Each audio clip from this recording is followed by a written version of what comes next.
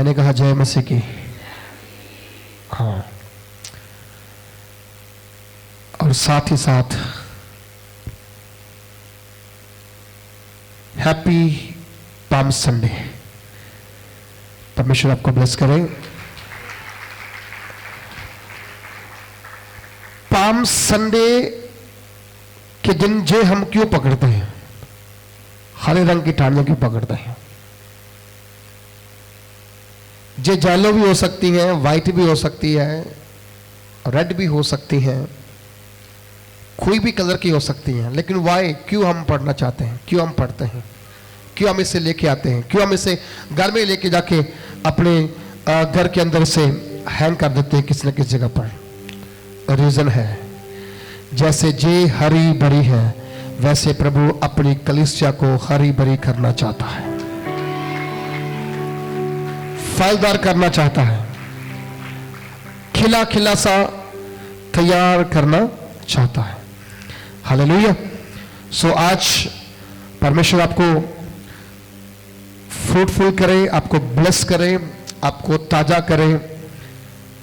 आप जैसे आए हैं वैसे आप सेम ना रहे, ना आज ना कल ना जुगानो जुग रहे।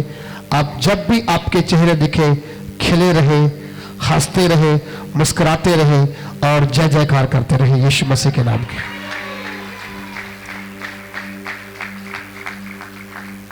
बाइबल के अंदर हर एक चीज का एक मतलब है, हर एक चीज का एक मतलब है, हर शब्द का एक मतलब है, हर त्योहार का एक मतलब है, हर रंग का एक मतलब है, क्योंकि पवित्र शास्त्र बाइबल ऐसे रचा नहीं गया है जैसे हम उसे रचना को समझते हैं या मानते हैं। पवित्र बाइबल एक ऐसा पावन ग्रंथ है जिसका कोई कंपेयर इस संसार में नहीं है, कोई कंपेयर नहीं है। मालूम क्यों? क्योंकि इसको लिखने वाले कौन थे? परमेश्वर के द्वारा चुने हुए। वो भी कब से? जब से वो अपनी मां की पेट में भी नहीं आए थे, तब से परमेश्वर ने उनके ऊपर अपने आत्मा को डाला था और गुप्त बेतों को डाला था, उनके अंदर स्पेशल विजडम एंड नॉलेज डाला था, ताकि जब मैं उनसे बातें करूं वो 40 पुरुष, वो 40 लोग धन्य होंगे, ब्लेस होंगे, जिनके कान मेरी आवाज सुनेंगे, जिनकी आंखें मेरा चित्र देखेगी, और जो मैं कहूंगा वो पवित्र ग्रंथ बाइबल के अंदर लिखते चले जाएंगे। और जो बाद में पढ़ेंगे उनके बारे में रेवलेशन की पुस्तक 1:3 में कहा गया है, धन्य है वह हरेक जो इस अगम वाक की पुस्तक को पढ़ता है। ये कौन सी पुस्तक है? अगम वाक की पुस्तक को पढ़ेगा, फिर सुनेगा और उसे मानकर पूरा करेगा, वो क्या होगा? धन्य होगा, वो ब्लेस्ड होगा। इसलिए ये महत्वपूर्ण ग्रंथ है। इसलिए बाइबल एक ऐसा विशेष ग्रंथ है जिसको लिखाने के लिए परमेश्वर ने बातें की, परमेश्वर ने बातें की और उनसे बोला ये बातें लिखो, ये बातें लिखो। इसीलिए परमेश्वर ने उनके कानों को शुद्ध किया, वो सही सुने, सही लिखे। इसलिए बाइबल कहती है, प्रभु यीशु मसीह ने कहा जिसके कान हो वो सुने भाई आत्मा कलीसिया से क्या कहता है। आज वचन कलीसिया से क्या कहता है वो हमारे कान सुनने के लिए तैयार होने चाहिए। अगर हमारे कानों में कोई तकलीफ है, कोई प्रॉब्लम है, वो सुन नहीं सकते, तो मुझे लगता है कि हमारे कानों के लिए प्रार्थना करने की आवश्यकता है। और वचन कहता है हम जब परमेश्वर के वचन की ओर आगे बढ़ने वाले हैं, आज के ऐतिहासिक दिन को पूरी दुनिया के अंदर सेलिब्रेट किया जाता है, पूरी दुनिया के अंदर। असल में जो फीस्ट जो है, जो त्योहार जो है, जो केवल और केवल बिलोंग करता है प्रभु यीशु मसीह की विक्ट्री को, उसकी जीत को। और जो लोग इसे सेलिब्रेट करते हैं, जे उनके लिए बिलोंग करता है कि जैसे उनका गुरु मौत के ऊपर उसने जय पाई है, वैसे एक दिन आप भी अपनी समस्याओं के ऊपर, प्रॉब्लम्स के ऊपर, बीमारियों के ऊपर, संकट के ऊपर, परेशानियों के ऊपर जय पाएंगे यीशु मसीह के नाम से। ये जय पाने का त्योहार है, ये विक्ट्री हासिल करने का त्योहार है। और इसको सेलिब्रेट करने के लिए परमेश्वर ने हमें बहुत खास और अच्छा दिन दिया, अच्छी जिंदगी दी, ताकि हम सेलिब्रेट करने के लिए अपने आप को प्रिपेयर करें, अपने आप को तैयार करें। वैसे तो वचन कहता है celebrate the victory of the lord every day, every time, every moment in our life. हमारे जीवन के अंदर प्रभु की जय को, प्रभु की जीत को हर समय मनाना चाहिए। हर एक मिनट में, हर एक सेकंड में, हर एक पल में, हम जहां भी रहते हैं, आप हर दिन अपनी प्रॉब्लम्स के ऊपर विजय पाते हैं और विजेता होते हैं और खुदावंद को शाम को आके धन्यवाद करते हैं। कई बार हमारे जीवन के अंदर बड़ी मुश्किलें, बड़ी प्रॉब्लम्स का समय आता है, बड़ी हम कठिनाइयों में गुजरते हैं। लेकिन जब जब आप कठिनाइयों में, समस्याओं से होकर गुजरते हैं, मैं आज आपसे कहता हूं, अगर आपका फेथ, अगर आपका विश्वास और अगर आपका ऑनर बराबर प्रभु यीशु मसीह के नाम को जाता है, आप कभी अपने जीवन के अंदर शर्मिंदगियों का सामना नहीं करेंगे। कभी शर्मिंदगी आपका हिस्सा नहीं होगी, कभी प्रॉब्लम आपका हिस्सा नहीं होगी, जब आप परमेश्वर के वचन के ऊपर और उसके पुत्र प्रभु यीशु मसीह के ऊपर भरोसा करते हैं। तो अक्सर हमारा भरोसा परमेश्वर को छोड़कर दूसरों पे ज्यादा होता है। हमारा ध्यान भटका रहता है, हम क्या करने वाले, क्या करने वाले, क्या करने वाले। सुनो, आप कुछ भी नहीं कर सकते हैं। बाइबल कहती है, प्रभु यीशु मसीह के चेले पतरस ने बोला, जीवन की बातें तो तुम्हारे पास है, हम तुमसे अलग होकर क्या कर सकते हैं। और प्रभु यीशु ने कहा, तुम मुझसे जुदा होकर कुछ कर नहीं सकते। आज मुझे और आपको समझना है क्यों प्रभु के साथ जुड़ना जरूरी है, क्यों प्रभु के साथ चलना जरूरी है, क्यों प्रभु के साथ आप प्रार्थना करना, संगति करना, उपवास करना, पवित्रताई के साथ रहना जरूरी है। रीजन है, उसके बगैर हम कुछ कर नहीं सकते। कोई सफलता नहीं हमारे जीवन के अंदर, उसके बगैर कोई कठिनाइयों का सामना हम करते रहेंगे। लेकिन वचन कहता, अगर आप जीसस के पास थोड़े समय के लिए भी अपना समय निकालकर बैठेंगे, तो मैं विश्वास करता हूं आपका जीवन, आपका परिवार, आपके बच्चे कभी सेम नहीं रहेंगे।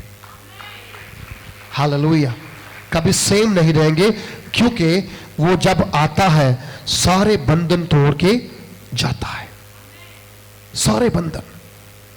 और प्रभु यीशु मसीह का जो विक्ट्री का त्योहार जो है, मत्ती की अंजील 21 अध्याय और उसकी 1 आयत से लेकर 11 आयत तक इसमें दर्ज किया गया है। और जहां पर कुछ शब्दों का इस्तेमाल किया गया है। जब प्रभु यीशु मसीह यरूशलेम के निकट पहुंचे और जैतून पहाड़ पर बेथफगे के पास आए, तो यीशु ने 2 चेलों को जे कहकर भेजा, सामने गांव में जाओ और वहां पहुंचते ही एक गधी का व्यक्ति, गधी बंधी हुई तुम्हें दिखाई पड़ेगी और उसके साथ बच्चा तुम्हें मिलेगा, उन्हें खोल कर मेरे पास ले आओ। यदि तुमसे कोई कुछ कहे तो कहना, प्रभु को इनका प्रयोजन है, तब वह तुरंत उन्हें भेज देगा। यह इसलिए हुआ कि जो वचन भविष्यवक्ता के द्वारा कहा गया था वह पूरा हो। सिय्योन की बेटी से कहो, देख तेरा राजा तेरे पास आता है। हालेलुया, देख तेरा राजा तेरे पास आता है। सुनो, हर एक विश्वासी को ये वचन है, तुम्हारा राजा तुम्हारे पास आता है, तुम्हारे नगर में आता है, तुम्हारे घर में आता है। और जब राजा आएगा फिर क्या होगा? फिर सब नया हो, सब नया हो तो बाइबल क्या कहती है? सिय्योन की बेटी को। सिय्योन का मतलब क्या है? सिय्योन का मतलब एक किलाबंदी है, एक किलाबंदी, एक गढ़ है, ऊंचा गढ़ जिसे कोई तोड़ नहीं सकता। सिय्योन का मीनिंग किलाबंदी, ऊंचा गढ़ जिसे कोई तोड़ नहीं सकता, जिसे कोई चढ़ नहीं सकता। और बाइबल कहती है जे वही किला है जिसमें दाऊद नगर बसा हुआ है। और वचन कहता है सिय्योन का एक दूसरा मीनिंग भी है। दूसरा मीनिंग जे है सिय्योन का, बाइबल कहती है सिय्योन का दूसरा जो हालेलुया मीनिंग है जे है कि वो एक बच्चों को पालन पोषण करने वाला एक मां का रूप बताती है। वो कहा गया है सिय्योन की बेटी से कहो। सिय्योन की पहला मतलब से क्या है? किलाबंदी, ऊंचा गढ़। दूसरा है वो एक मां का रूप धारण करती है ताकि बच्चे उसके पास आए, उसकी शरण में आए, उसके निकट आए और वो सेम ना रहे। और मुझे कहता है प्रभु का वचन में जहां पर गया कि सिय्योन की बेटी से कहो तेरा राजा तेरे पास आ रहा है। देखना पड़ेगा राजा है कौन, समझना पड़ेगा राजा है कौन। राजे धरती पर आए हैं, चले गए हैं, मर गए हैं, कब्रें बन गई, मदारें बन गई, उनके बड़े बड़े जो महल थे वो खंडर हो गए। और हमने भी कुछ महलों में जाके देखा, वहां पर अब उनकी वो चहल पहल नहीं है। क्योंकि राजा आए थे, उन्होंने जय हासिल की, वो मर गए, उनको दफनाया गया, उनकी कब्र में लाश पड़ी होगी, मांस जुड़ गया होगा, हड्डियां सड़ गई होंगी, लेकिन वहां पर अब कोई चहल पहल नहीं। सिर्फ नाम है कि ये राजा का महल है, नाम है राजा की कब्र है, नाम है उसका सिंहासन है, नाम है उसके रथ है, नाम है उसकी तलवार है, लेकिन राजा वहां पर नहीं है। लेकिन जे बाइबल के अंदर जिस राजे की बात की जा रही है, बाइबल कहती है वो राजे का सिंहासन है और वो आज भी अपने सिंहासन पर विराजमान बैठा हुआ है। हालेलुया। वो सिंहासन पर आज भी विराजमान है। उसकी क्रूस है जहां चढ़ाया गया था, लेकिन वो क्रूस के पर आज नहीं है। उसकी कब्र है, लेकिन वो कब्र के अंदर नहीं है, कब्र उसकी खाली पड़ी है। देखना पड़ेगा वो राजा कौन है। वो राजा कोई और नहीं, सर्वशक्तिमान परमेश्वर प्रभु यीशु मसीह है। हालेलुया। जो आ रहा है, हमारे पास आ रहा है, हमारी ओर पर आ रहा है। कारण क्या है? कारण एक है, वो हमसे मुलाकात करने के लिए आ रहा है। हमसे मुलाकात करने के लिए हम कितने लोग उत्साहित होते हैं प्रभु के साथ मुलाकात करने के लिए एतवार को। आपको मालूम, अगर आप तैयार होकर परमेश्वर के साथ मुलाकात करने के लिए आते हो, तो मैं आपसे कहता हूं कि परमेश्वर का वचन हमें ये सिखाता है कि खुदावंद का रूह जो है वो हमारे सारे जो बंधन है उनको तोड़ देने की शक्ति रखने वाला परमेश्वर है। और कलाम कहता है कि जहां पर क्या लिखा हुआ है, जहां पर कुछ लिखा हुआ है, वो कहता है सिय्योन की बेटी को कहो तेरा राजा आ रहा है। कलीसिया, अगर अब तक आपको कमी है, आज से कमी खत्म होगी जब राजा आपके जीवन में इंटर करेगा। हालेलुया। हम ये पत्तियां लेके इसलिए चर्च में आते हैं ताकि राजा का स्वागत किया जाए। क्योंकि जब प्रभु यीशु मसीह गधी के बच्चे पे सवार होकर इंटर किया, क्या इंटर करते क्या हो गया? गांव के लोग शायद उसे जानते थे नहीं जानते थे, इसके बारे में कोई नॉलेज नहीं है कि वो जानते थे या नहीं जानते थे। लेकिन वचन कहता है जैसे ही वो इंटर किया, सारे लोगों ने खजूर की टालियां तोड़ के ले आए, कुछ घरों में गए, नई चद्दर को लेकर आए और नीचे डालते गए। और उस दिन गधा भी बड़ी शान के साथ चल रहा था। उसे मालूम था जो लोग मुझे डंडा मारते थे ना, आज मेरे सामने क्या कर रहे हैं? हरी हरी ठाड़ियां लहरा रहे। देखो देखो, नई चादर आ गई, नया कंबल आ गया, और नया मैट आ गया। कितनी उसकी शान बढ़ गई। कारण क्यों? उसके ऊपर सवारी करने वाला कोई आम नहीं, एक बहुत खास व्यक्ति था, उसका नाम प्रभु यीशु मसीह था। हम तब तक हम आम हैं, हम तब तक हमारी कोई पहचान नहीं है, हम तब तक ऐसे वैसे लोग हैं जब तक यीशु हमारे जीवन के अंदर नहीं आता। जिस दिन यीशु हमारे जीवन में आ जाता है, फिर आप आम नहीं है, फिर आप ऑर्डिनरी नहीं है, फिर आप एक्स्ट्रा ऑर्डिनरी, आप बहुत खास बन जाते हैं। ओके, प्रभु यीशु ने कहा तुम मेरी खास प्रजा हो। तुम मेरी खास क्या हो? हम किस प्रकार से अपने आप को प्रभु के सन्मुख पेश कर सकते हैं? अगर आप उत्साहित हो खुदाबंद को मिलने के लिए, अगर वो लोगों के अंदर इतनी एक्साइटमेंट थी कि वो लोग तालियां लेकर आए, किसने बोला तो उनको कि यीशु मसीह आ रहा है?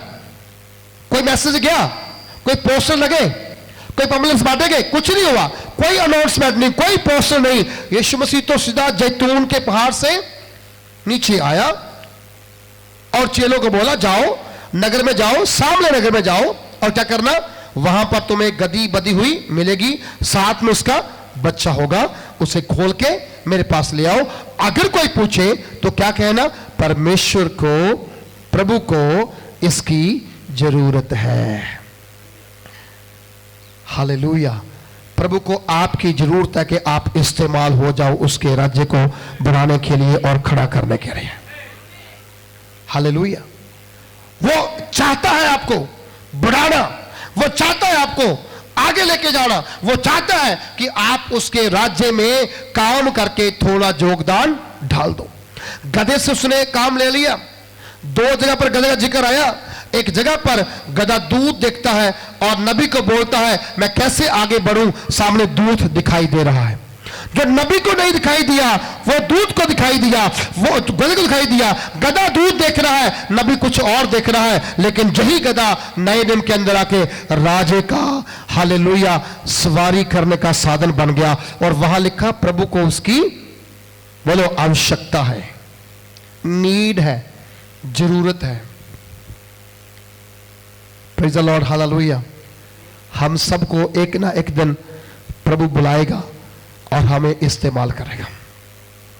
हो सकता है आज आप कहते हो ना जाने कब जिस समय आएगा, कब मैं प्रभु के लिए खड़ा हो जाऊंगा, कब मैं गाऊंगा, कब मैं प्रार्थना करूंगा, कब मैं प्रचार करूंगा। नहीं, आपके मन में अगर जो कुछ है वो समय आएगा, परमेश्वर आपको अपने कामों के लिए उपयोग करेगा ही करेगा। उसने तो जानवर को इस्तेमाल कर लिया, आप तो उसकी सूरत हो, आप उसकी क्या हो? सूरत हो। हम खुदा की सूरत है, खुदा ने हमें अपनी सूरत दे दी है। आज हम लोग भले कहते हो कि मैं काला हूं, मैं गोरा हूं, मैं चिट्टा हूं, मैं लीला हूं, पीला हूं, जो कुछ भी है, लेकिन आप याद रखें परमेश्वर की सूरत आप में बसती है।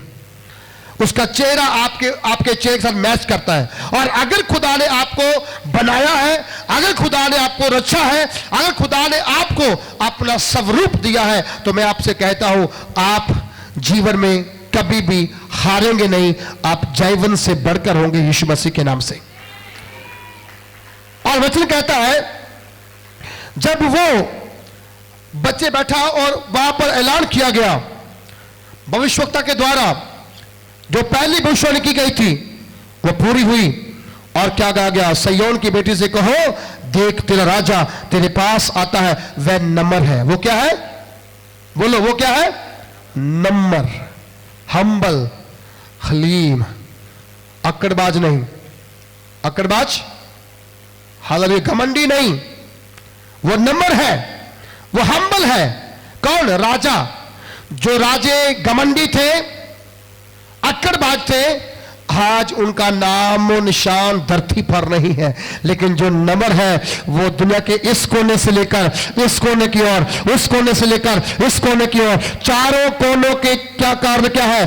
धरती के चारों कोनों में उसका नाम आज सुनाई पड़ता है। और सारे कोनों में एक ही आवाज आती है, यीशु उद्धार करता है, यीशु बचाने वाला है, यीशु मुक्तिदाता है, यीशु के बिना हमें कुछ प्राप्त होने वाला नहीं है। चारों कोनों पे वह राजा जो नम्र है, जो अक्ल रखता नहीं, जो लाइट, जो उसने लड़ाई लड़ी नहीं, तलवार से चलाई नहीं, किसी को मारा नहीं, किसी के साथ झगड़ा नहीं किया, पर फिर भी क्या है? राजा है। वो मुर्दों को जिंदा करता है, लड़ाई खत्म करता है। और वो कहता है मैं नम्र, मैं हम्बल हूं। और कहता है वो नम्र है, वो हम्बल है।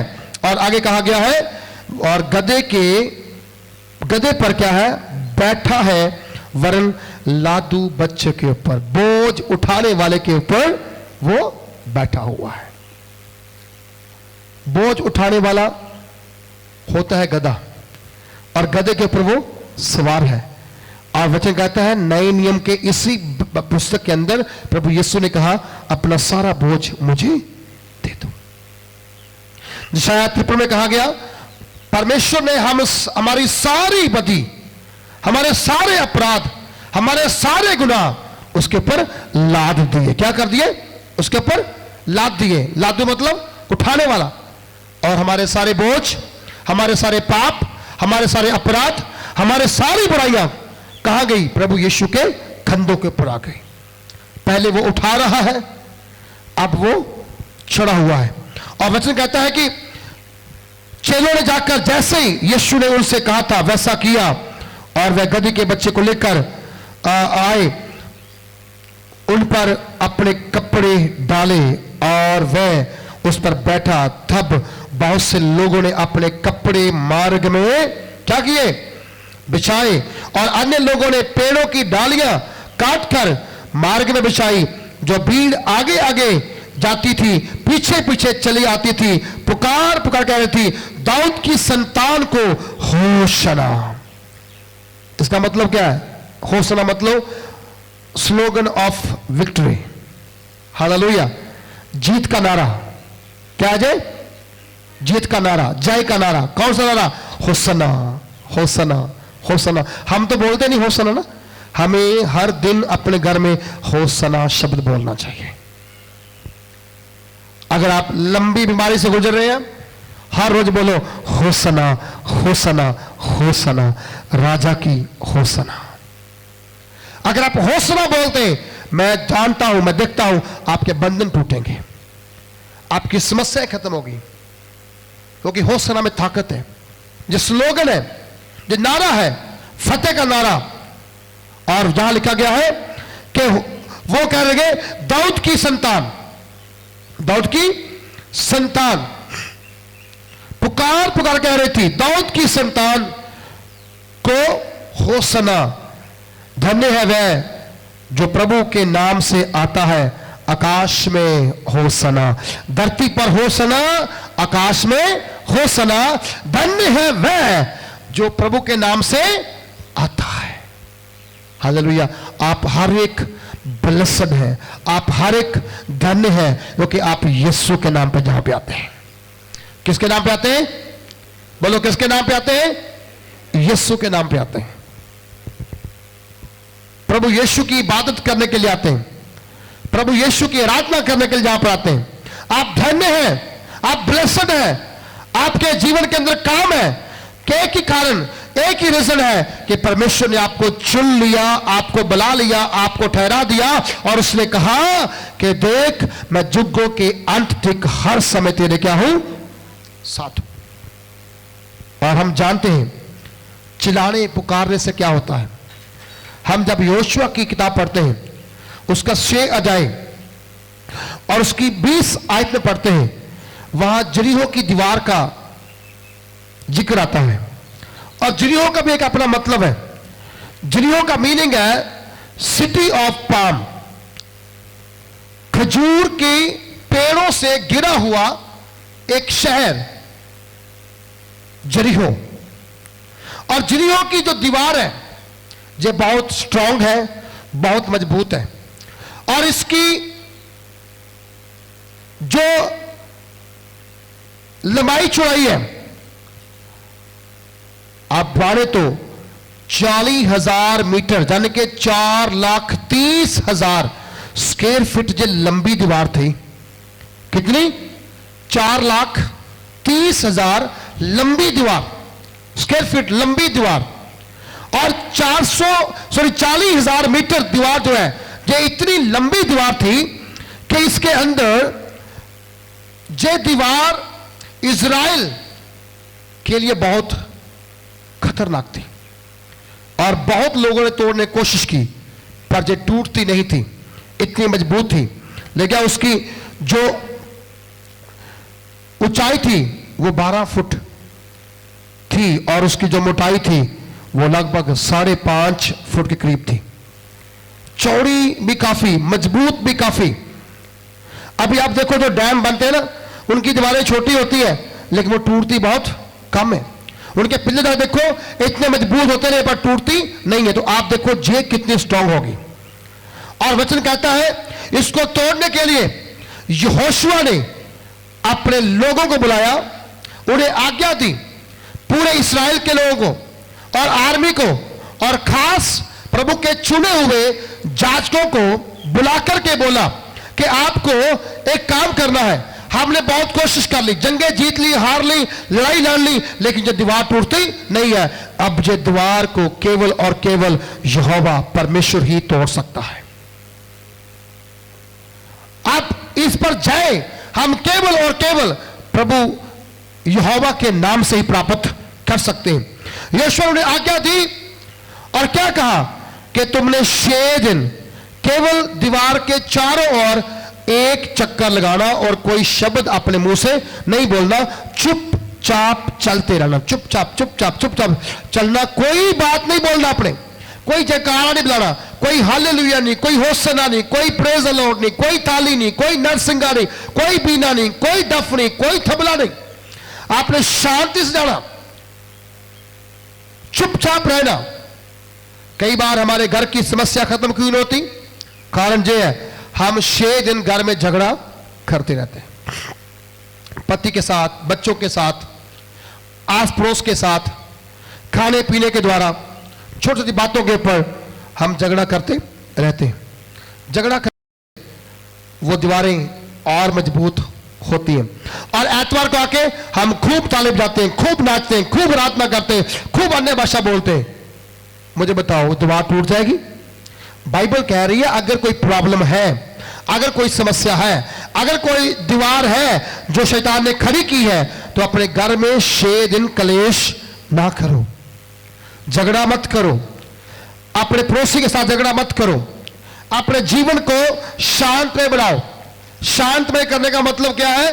खुदावंद फिर आपसे बोलता है, आपसे बात करता है। हो सकता है यहोशुआ कहता जाओ, चिल्लाओ, जाओ, प्रार्थना करो, जाओ और नरसिंगा फूको, हो सकता वो फूकते पर कुछ होता नहीं। लेकिन जैसे खुदा की आत्मा ने यहोशुआ को बोला, यहोशुआ ने आगे मैसेज पास किया, लेकिन वैसे ही जब उन्होंने किया, लेकिन 6 दिन लगातार वो दीवार के चारों ओर घूमते रहे, चारों ओर घूमते रहे, घूमते। अब ये बताओ इतनी लंबी दीवार को एक दिन में कैसे कवर करते होंगे? सोचने वाली बात है ना। इतनी बड़ी दीवार है, कैसे उसके चारों ओर घूमते होंगे, कैसे उसके पास से गुजरते होंगे? जहां से वहां जाना पड़े ना तो हमारी सांस फूल जाती गेट तक। कहते बहुत दूर वॉशरूम बना दिया पास्टर जी ने। तो दीवार कितनी लंबी थी? वो 40,000 मीटर लंबी। वहां तक कैसे पहुंच पाते? वचन कहता उन्होंने आज्ञा मानी। उन्होंने क्या की? आज्ञा मानी। जबकि उन्हें निराशा थी, उन्हें आस भी नहीं थी ये टूट पाएगी या नहीं टूट पाएगी। उन्हें पता नहीं था ये दीवार हिलेगी या नहीं हिलेगी। आज हम कितनी प्रार्थना करते, कितने रोजे रखते, हमारे घर में कोई हालात चेंज नहीं होता, हमारे बच्चे चेंज नहीं होते, हमारे घर की कोई समस्या ठीक नहीं होती। कारण क्या है? हम ज्यादा बोलते हैं, सुनते कम है। हम ज्यादा बोलते हैं, सुनते कम है। हमें ज्यादा सुनना होगा, हमें ज्यादा सुनना होगा। आप जब सुनेंगे आपकी मुश्किलों का हल निकलेगा यीशु मसीह के नाम से।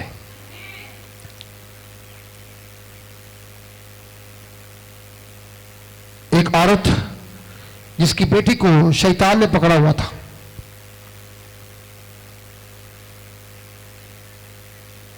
वो प्रभु यीशु मसीह के पास गई। उसने पुकार के बोला मेरी बेटी को ठीक कर दे, मेरी बेटी को ठीक कर दे।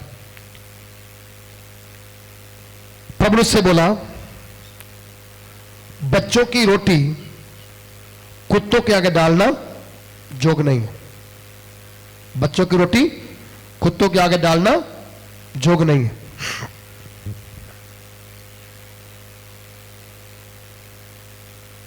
उसने बोला, प्रभु जो बच्चों के मेज से चूरा पीरा गिरता है वो भी खा के कुत्ते अपना पेट भरते। मीन्स उसने अपने आप को जोड़ दिया, जो शब्द प्रभु बोला उसके साथ जोड़ दिया। शब्द पे गुस्सा नहीं किया, उसने इनकार नहीं किया, उल्ट जवाब नहीं दिया कि तू मुझे कुत्ता कहता है, मेरा बच्चा कुत्ता है। उसने ऐसा नहीं बोला। उसने बोला, प्रभु जो मेज से चूरा पूरा गिरता है वो खा के कुत्ते पेट भर लेते हैं। उसका मतलब थोड़ा सा भी प्रभु अगर आप दया करेंगे तो मेरी बच्ची आजाद हो जाएगी। थोड़ी सी दया भी करेंगे तो, अगर आप थोड़ा सा मुंह से कुछ बोल देंगे तो मेरी बच्ची चंगी हो जाएगी। बोला हालेलुया।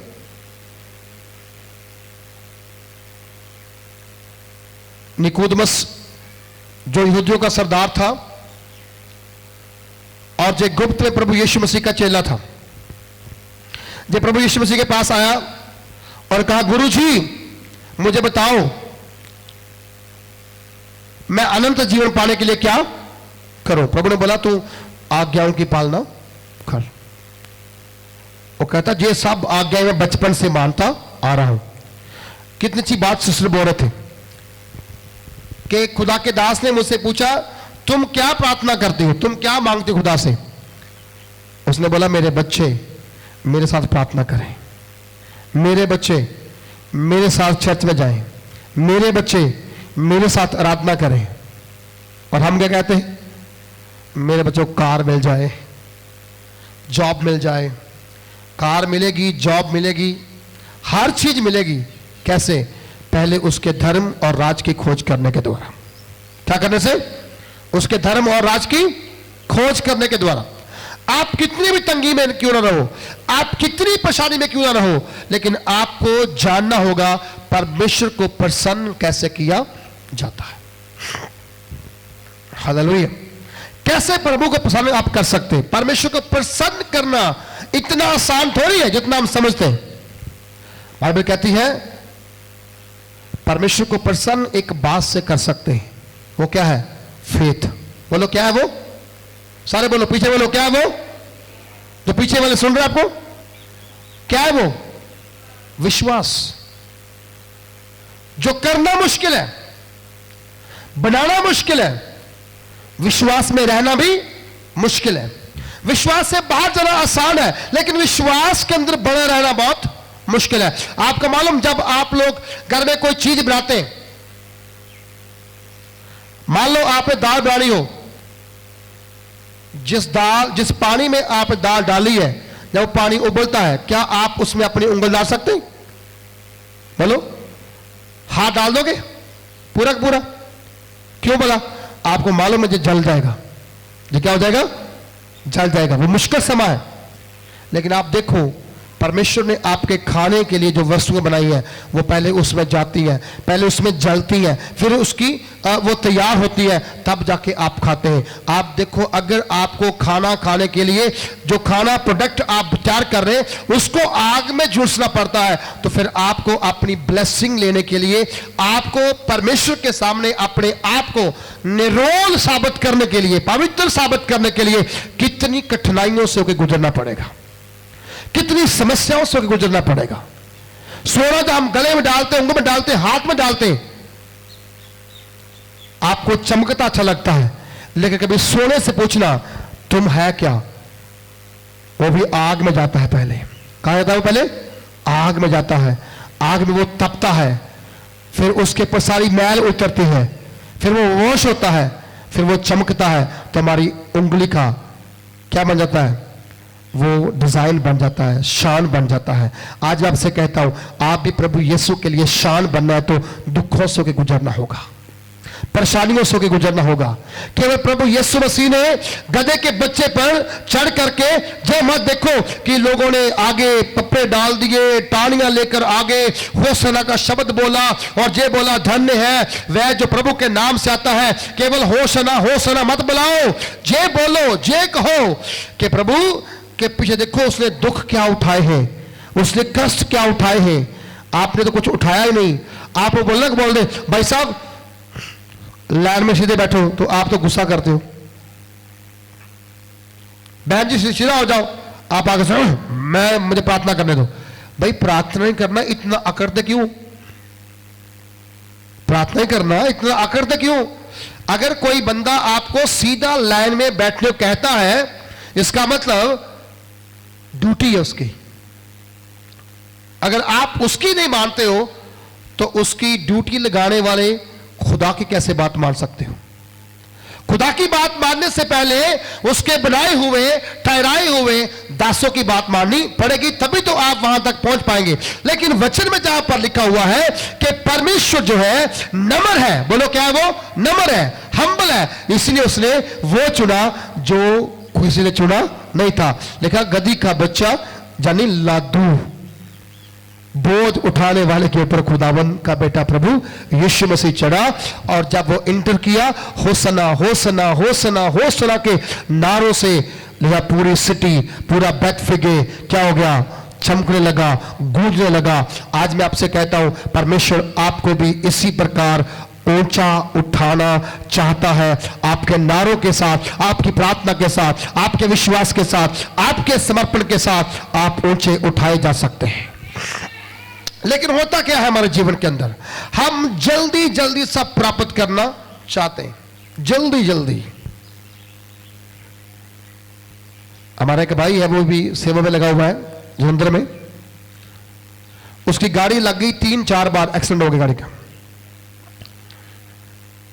जब भी होता फ्रेंड से गाड़ी टच होती थी और उसका नुकसान बहुत होता था। एक रात मुझे फिर लगा पता गाड़ी बच गई। मैंने उसको बोला यार तू गाड़ी चेंज कर। कहता जी मैंने पहले चर्च की जगह लेनी है। मुझे गुस्सा उसके ऊपर आ गया। मैंने तुझे पता नहीं वचन में क्या लिखा है? जब तक यहोवा घर ना बनाए तब तक बनाने वाले की मेहनत क्या है? अरे तेरी जान बचेगी तो तू घर बना पाएगा ना। तुम्हें खुदा ने 4 चांस दे दिए और नहीं पता अगला मिलना कि नहीं मिलना। जब डांटा तब बात मानी, जब गाड़ी नहीं लेकर आए। अगर आपके ऊपर बार बार अटैक होते शैतान के, समझ लो खुदावंद आपको चांस दे रहा है कि आप सुधर जाओ, आप ठीक हो जाओ। जहां रहते बच्चे, कोई बच्चों की प्रार्थना कम होगी, मुझे पता था प्रार्थना कम होगी। हम दोनों एक दिन बात कर रहे थे, मैंने बोला इनकी प्रार्थना खत्म हो चुकी है, सबकी कोई प्रार्थना नहीं करता। इसलिए क्या होता है, थोड़ा सा मन मिठाप आ जाता है। और मुझे कल बताया बच्चों ने, वो खेत के अंदर ट्रैक्टर चल रहा था, हल चला रहे थे, हल का एक फाल टूट करके किचन की दीवार के ऊपर लगा और इतना उसमें छेद हो गया। और अगर कोई बंदा वहां होता तो उसका पूरा सिर खोल जाता, उसका पूरा पेट फट जाता। इसका रीजन खुदा ने वार्न किया आपको, आप प्रार्थना करने वाले बनो। जहां के फिल्म देखना नहीं, जहां के सिर्फ फोन के ऊपर वाईफाई फ्री है तो लेके बैठे रहो, वो नहीं। खुदा ने आपको चुना है, आपको अलग किया है। अरे यार आपसे अच्छे तुझे पेड़ है जो हरे भरे हैं, खुदावन इनको ब्लेस कर रहा है। समझा रही? जो पेड़ ब्लेस हो रहे हैं तो आप क्यों ब्लेस क्यों हो रहे? आपका कमी आप में है, कमी परमेश्वर में नहीं है। प्रॉब्लम आपकी है, दुआ आपको करनी होगी। कितनों को समझा रहा है? हालेलुया। भूख लगी है आपको, पास्टर जी खाना खा लो, पेट भर जाएगा आपका? बोलो, आपकी भूख मिट जाएगी? मालूम क्यों नहीं मिटेगी? क्योंकि भूख तो आपको मेरे खाने से कुछ छोड़ने वाला नहीं है। अगर मैं उपवास करूं आपके लिए और प्रार्थना करूं और आप घर में बैठ करके घी के परोठे खाओ, देसी घी के परोठे खाओ और कहो कि मेरा काम हो जाए, कभी नहीं होगा, कभी नहीं होगा। वो तब होगा जब आप परमेश्वर के सामने घुटने टिका के बैठोगे। हालेलुया। क्या करोगे? घुटने टिका के बैठोगे। हम हर चीज जल्दी पाना चाहते हैं और हर जल्दी के आगे नुकसान है, हर जल्दी के आगे नुकसान है। आप जितना तेज चलोगे आप ठुकोगे जरूर। अगर आपने सिग्नल तोड़ दिया तो भी ठुकोगे, 1000 में 500 में चलान जाएगा। तेज दौड़ोगे गाड़ी ठुकेगी, नुकसान होगा, पैसा जाएगा। धीरे धीरे चलना सीखो, धीरे धीरे चलना सीखो। जब धीरे धीरे आप चलोगे, फेथ के साथ चलोगे, जब आएगा बहुत बड़ा रिजल्ट आएगा, बहुत बड़ा रिजल्ट आएगा। हालेलुया। कई बार हमारी मांगने की मंशा सही नहीं होती। अभी मैं एक मीटिंग में प्रचार करने के लिए गया कन्वेंशन में, तो मुझे वहां बैठे बैठे करीब 1.5 घंटा हो गया और पास्टर जी माइक छोड़ नहीं रहे थे। वो कभी किसी को बुला रहे, कभी किसी को बुला रहे। लास्ट में उसने सारे पास्टरों को स्टेज बुला के बोला, सारे घुटनों के बल होकर प्रार्थना करेंगे, हमारा कुछ काम फंसा चर्च का, वो काम करना है। चलो 5 मिनट प्रार्थना हो गई। प्रार्थना के बाद पूछ रहा है, पास्टर जी खुदा ने कुछ कहा आपको जहां पर कुछ करने के लिए? यार कैसी सेवा है, कैसी मंशा है आपकी? क्या आप खुदा से लेना चाहते हैं जल्दी जल्दी, और बाद में इतना बड़ा झूठ बोल दिया, पूछो मत। मैं भी स्टेज के ऊपर हूं, कोई तीसरा बंदा आया नहीं। कहते जी मेरे कान में बंदे ने कह दिया, एक ट्रक इट्टों को मैं जहां भेज दूंगा। शोशा ठोक दिया, शायद कोई और भी बोलेगा। तो मेरे मन में था कि चर्च की दीवार टूटी हुई है, बनानी है, तो 5-4 ईंट मैं वहां डालूंगा। जो कल आई है, जो कल वहीं जानी थी, लेकिन मुझे लगा कि जो झूठ बोल रहा है बंदा, मैंने दी नहीं वहां पर, मैंने दी नहीं वहां पर। मालूम क्यों? क्योंकि देखो परमेश्वर समय पर अपना काम करता है। 3-4 हफ्ते पहले प्रार्थना हुई बच्चों के लिए कि जो बच्चों को अपने बेबी नहीं ठहरते उनकी प्रार्थना हमने ब्लेस कर दिया। 2-3 वीक बंदा प्रभु का दास और आ गया, सब उसके सामने आ गए। कैसे आशीष ले लोगे आप? ले लोगे आप? आपका फेथ ही नहीं है, आपको पता ही नहीं मेरे लिए प्रार्थना क्या हुई है। जो पहले हुई है वो जरूरी है, जो बाद में है वो जरूरी है। हालेलुया। परमेश्वर पहलोठा है। कौन है वो? पहलोठा। प्रभु यीशु मसीह ने कहा, मूसा को बोला इस्राएल के घर के बाहर लहू का निशान लगाओ, घरों के बाहर, जब मौत का फरिश्ता गुजरेगा तुम्हारा कोई नुकसान नहीं होगा। लेकिन जहां लहू का निशान नहीं होगा, वहां क्या होगा? पहलोठे मरते जाएंगे। और प्रभु यीशु मसीह मुर्दों में से जी उठा हुआ पहलोठा है। जो पहलोठी प्रार्थना होती है वो बड़ी आशीष लेकर आती है। हालेलुया। कलीसिया को समझना है, बाहर से बंदा आया इसका मतलब ये नहीं कि आगे सिर दर्द हो मेरे लिए कर दो। पता नहीं वो कौन चुंबक लेकर आया। नहीं, आप जहां खड़े हैं, अगर आप वहां खड़े रहेंगे, खुदा आपको, आपके विश्वास को वहां परखता है, आपके सब्र को वहां परखता है, और फिर आपको वो निराश नहीं करता है। हालेलुया। आपको जल्दी जल्दी आशीष मिल सकती है, लेकिन आप क्या सोचते हैं कि मेरा नुकसान क्या हो रहा है उसके पीछे? ये भी सोचना पड़ेगा, ये भी सोचना पड़ेगा। फेथ आपकी सारी बंद बरकतें खोल देता है, और ना फेथ का होना ब्लॉकेज आ जाती है।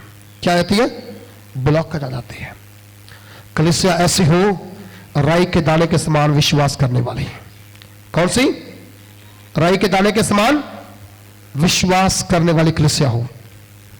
जो बोल दिया इटमीन हो गया, जो बोल दिया इटमीन हो गया। मैं प्रभु को धन्यवाद करता हूं। मेरे बच्चे आशीष है, ब्लेस या सोफिया कभी किसी पास्टर से प्रार्थना नहीं करवाई, वो खुद प्रेयर करते हैं। कभी किसी पास्टर से प्रार्थना नहीं करवाई, और ना ही हम उनके लिए प्रार्थना करते हैं। अभी उनके अक्सैम गए, हमने उनके लिए प्रेयर नहीं की। वो तकलीफ में हो, हम कहते घुटने टिकाओ प्रार्थना करो। हम क्यों बोले? आप बोलो, तकलीफ तो आपको है। अगर आप चाहते कि हम बड़ी बड़ी समस्याओं के ऊपर जयवंत हो, तो अपने आप को, अपने बच्चों को प्रार्थना में लगाना शुरू कर दो। हालेलुया। प्रार्थना में लगाना शुरू कर दो। यहोशू ने क्यों कहा 6 दिन चुपचाप वहां से निकलो, कुछ मत बोलना, चुपचाप 6 दिन में एक चक्कर हर दिन में वहां गुजरते जाओ। लेकिन जब 7वां दिन आया, पढ़ेंगे वो आयत को, 20 आयत को पढ़ेंगे हम लोग, यहोशू 6:20। हालेलुया। जहां पर होशना के नारे लग रहे हैं, कहां पर? प्रभु यीशु मसीह की एंट्री के ऊपर। और जहां पर क्या हो रहा है? जहां पर कुछ अलग हो रहा है।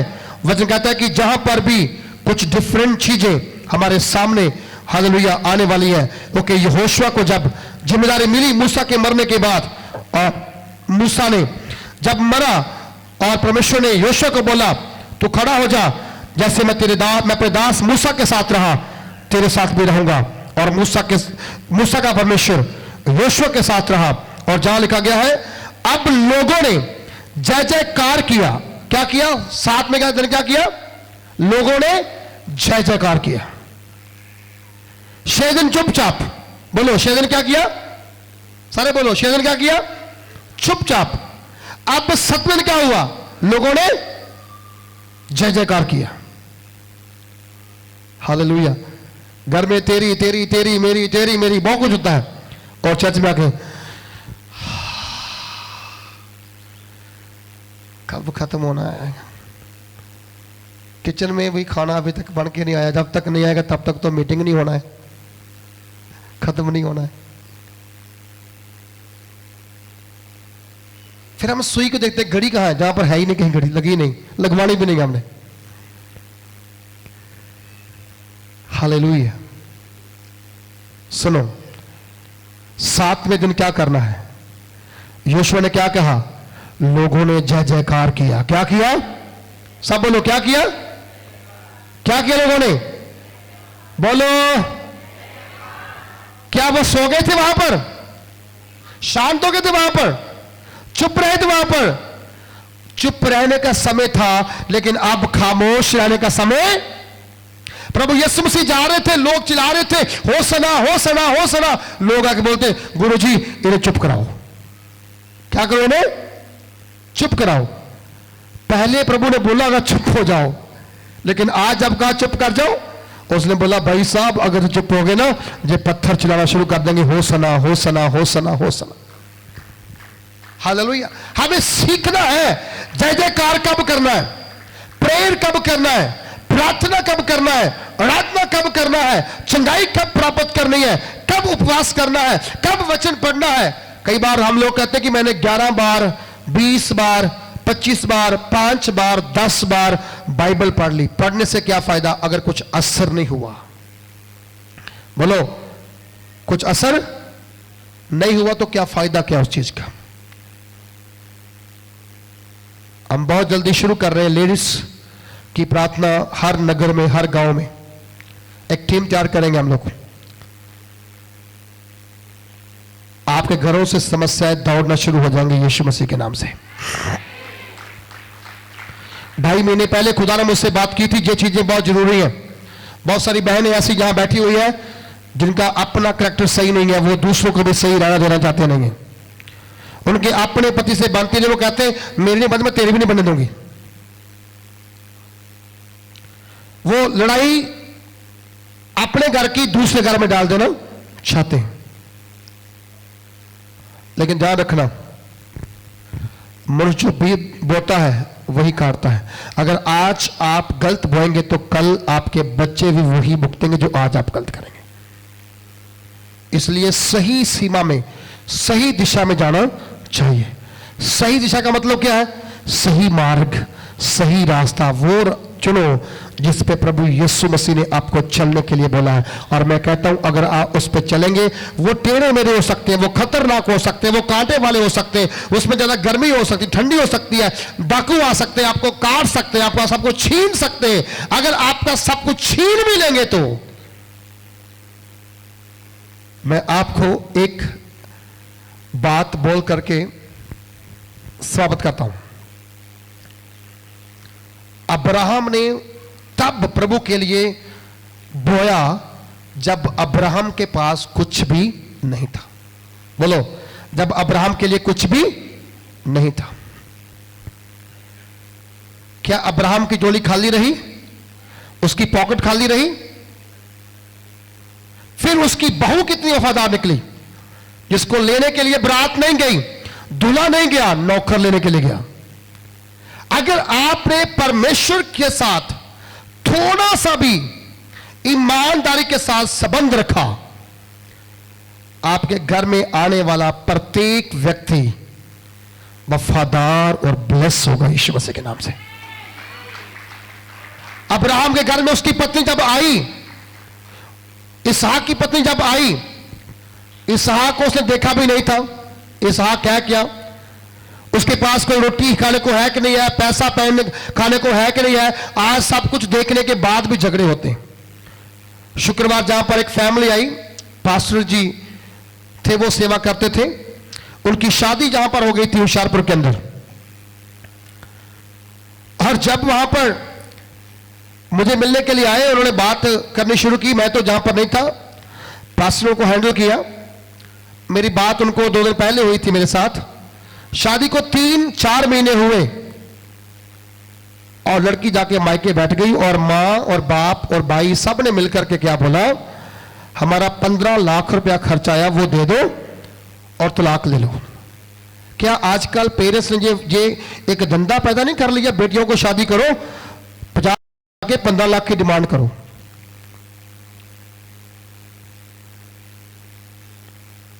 हालेलुया। वो मां कह रही थी, आप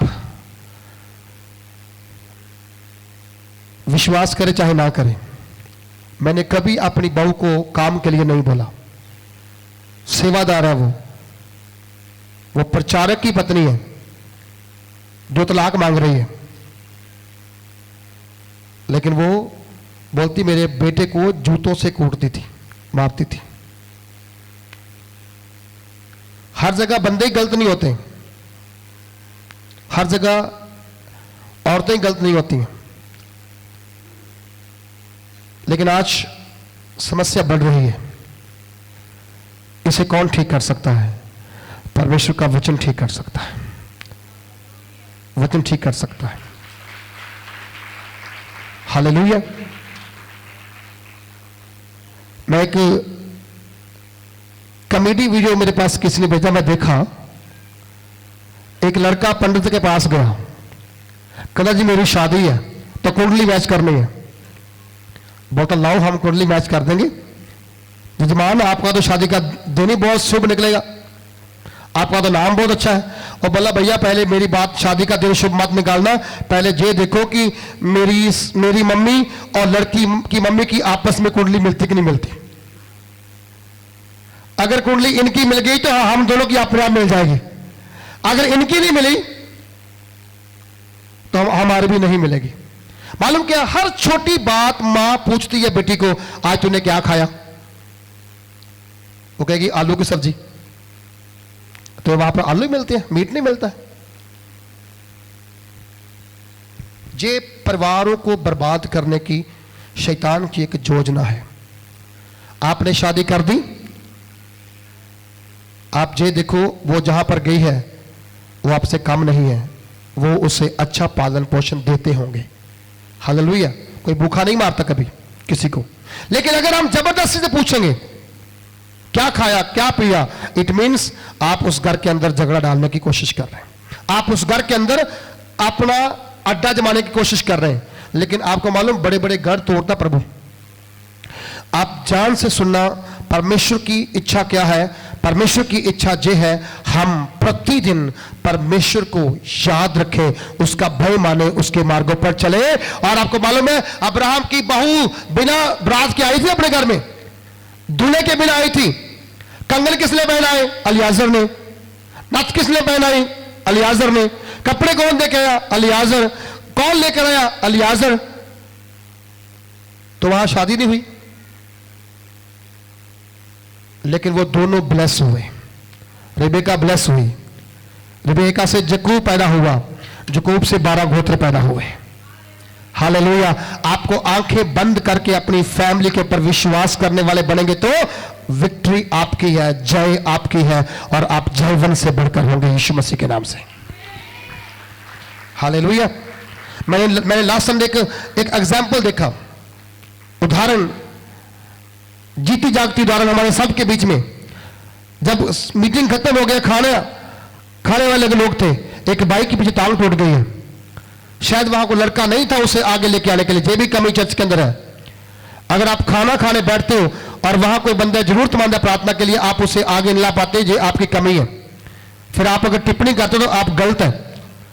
वो बहन ने अपने पति को अपने बाजू में उठाकर जहां सामने लेकर आए, और मैंने उनको बोला जो शाबाश के लायक है, ऐसी पत्नी होनी चाहिए जब दुख के समय जो वादा किया उसे पूरा करे। बोला हालेलुया। दिन टांग टूट गई, पत्नी कह रहे अपने घर में जा रहे हो, तू कौन सा कमाता है? वो टूटी हुई टांग को वाले बंदे को चल नहीं पाता, उठा के जहां पर लेकर आई और प्रार्थना उसके लिए किया गया। ऐसी पत्नियां बनना, ऐसे पति बनना जो दुख में सुख में हालेलुया हर समय एक दूसरे के साथ हंसते हुए मुस्कुराते हुए आगे बढ़े। देखना सारी दीवारें अपने आप टूट जाएंगी, अपने आप टूट जाएंगी। दिलों की दीवार तोड़ने के लिए क्या किया गया? जय जयकार। क्या किया गया? और जय जयकार कब होती है? जब बड़ी खुशी घर में होती है। बोलो क्या होती है? अब घर में बड़ी खुशी अब घर में होती है। और खुशी कब होती है? जब आप जंग जीत के आते हैं। हालेलुया। वो 6 दिन चुप रहे, अपनी जुबान पे लगाम रख के, अपनी आंखों पे पट्टी बांध के बोले हमने कुछ नहीं बोलना। यहोशू ने बोला कुछ नहीं बोलना, कुछ नहीं बोलना। तब बोलेंगे जब यहोशू हमें बोलने के लिए बोलेगा। संडे को आओ, अपना गला खोल के जय जयकार करना शुरू करो। हालेलुया। दिलों की दीवारें टूटेंगी नहीं, उखड़ करके समंदर में जा पड़ेंगे। उसने कहा पहाड़ से कहोगे उखड़, और कहां चला जा? समंदर में चला जा। फैमिली को मजबूत करना है, उसके अंदर पड़ी दीवारों को तोड़ने के लिए झगड़ा नहीं करना, झगड़ा नहीं करना। मैं एक उत्ते प्रचार करते करते गल बोल के आया, मैं क्या सियाणे की कहावत है, कहते जी लाई लग ना होवे घर वाला तो चंद्रा गवाड़ ना होवे। बड़े लोग चंद्रे होंगे जो एवं आके पुआड़े पा जाते, उन्होंने लोगों ने कहा चंद्रे, चंगे नहीं चंद्रे, मतलब कि उन्होंने चिट्ठे अपने उड्डे हुए लोगों को उड़ाई जाते हैं।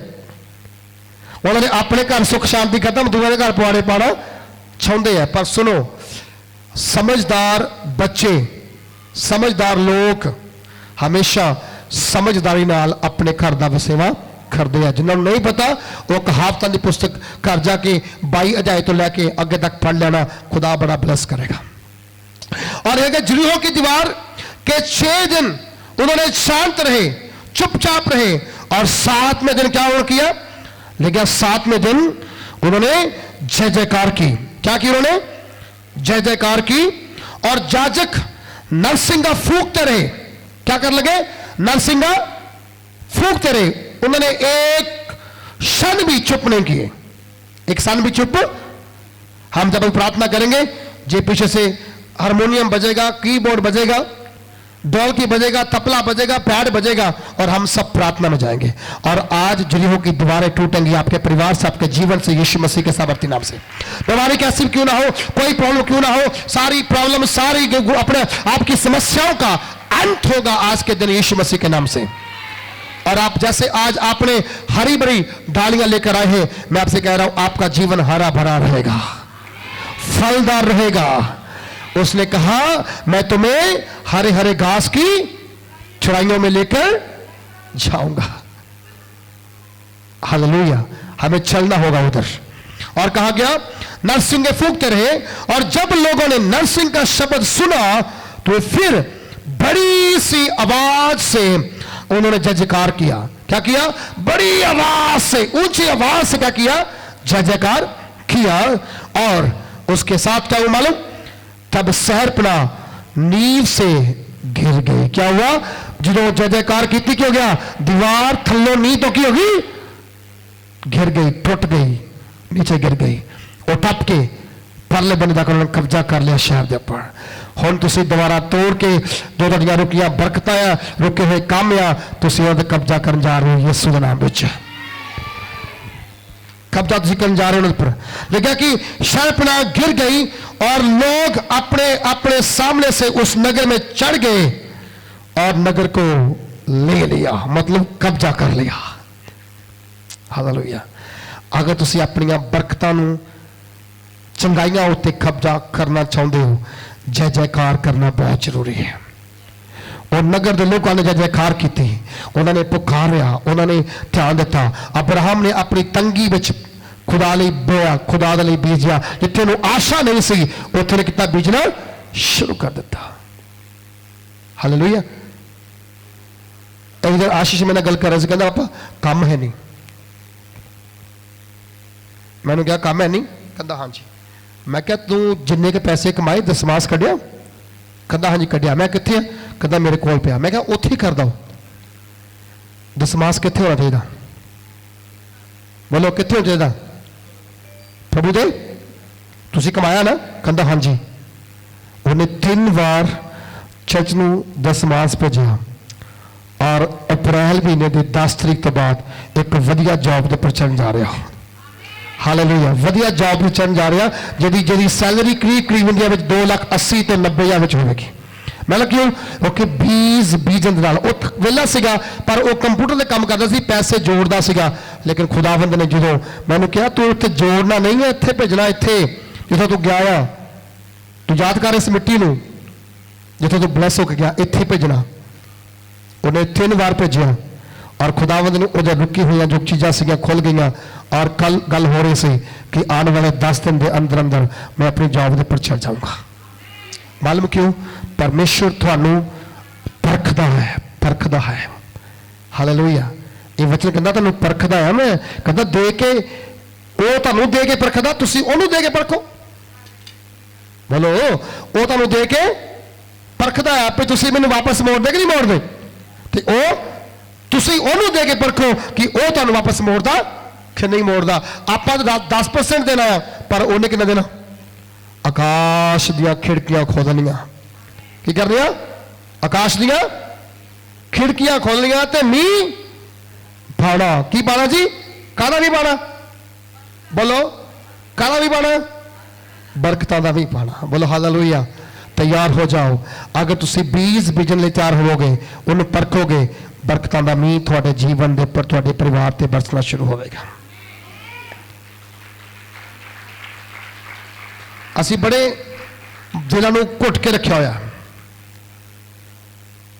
पैसा आंदा है देंदे नहीं, वादा करते हैं पूरा करते नहीं। दिहाड़ी ना लगे पास ही दुआ करो, काम है नहीं, काम लगे दसमास कर दे, खड़ने पैना। बोलो की करना? खड़ने पैना। एक बंदे की प्रमोशन इतने हुई, सानू दोवां कहता जी उन्होंने कपड़े लैके देने। मैं क्या यार रहन दे छड्ड परे, तनख्वाह जो मिलनी। कहता नहीं तनख्वाह मिल गई है मैनू, दसमास तो उपरले जिन्ने पैसे सारे सारे कपड़े लाने। चलो लैके गए कपड़े वास्ते, अपनी मनपसंद के कपड़े लैके सवा के दिते, कहते अगले हफ्ते पाओ। सुनो ध्यान के नाल, बाइबल लिखा गया बीज बीजन वाला हाथ कदे रुकना, जे ये रुकेगा नहीं तो फसल भी रुकेगी नहीं थोड़े घर में आने लई। बोलो हालेलुया। खुदा का शुक्र करते हैं सानू परमेश्वर ने चंगे बच्चों का नवाजा है। तो जे चंगे बच्चे मिले आ तो उन्होंने कमाई में भी प्रभु के घर च भेजना कदे बंद। ये जिम्मेदारी थोड़ी है, बच्चों की। बच्चे भुल जाते पर तुसी नहीं भूलना कदे। सुनो तुसी नहीं भूलना कदे। थानू याद रहना चाहिए कि मैनू परमेश्वर ने कित्थों चुक्या। कहता मैं तेन रूढ़ी चुक के पतवंत्यां विच बिठाया। तो जे बिठाता है तो फिर ओदा मान करना कदे बंद नहीं करना। सब बोलो ओदा मान करना कदे बंद नहीं करना। बोलो हालेलुया। ओदा मान करना कदे बंद नहीं करना जी। बोलो हालेलुया। इसलिए मैनू और आप नू यरीहो दी दीवार तो सीखना है। वो दीवार टुटनिया किद्दां आ? धन्नवाद दे नाल। किद्दां? बोलो किद्दां टुटनिया? धन्नवाद दे नाल, जय जयकार करन दे नाल। अगर तुहाडे घर च नशा है अज स्टार्ट कर दो। क्या करना? बोलो की करना? जय जयकार। अगर परिवार में सब लोग चर्च नहीं आ रहे, की करना शुरू कर दो? जय जयकार करना शुरू कर दो, सारे आने शुरू हो जाएंगे। अगर कोई सोका पिया है, कोई फलदार नहीं है, कोई बरकत नहीं है, धन्यवाद करना शुरू कर दो। तुहाडी मींह तैयार है, बारिश तैयार है। जो बारिश पड़ेगी फिर सब कुछ हरा भरा हो जाएगा। और तुम तैयार हो जाओ। खुदाबंद आप इन्हां हरियां टाणियां नाल इस साल दे इस पाम संडे तो लैके अगले पाम अपने की बोलते कि दिन तक प्रभु थानू हरा भरा करेगा, करेगा, करेगा।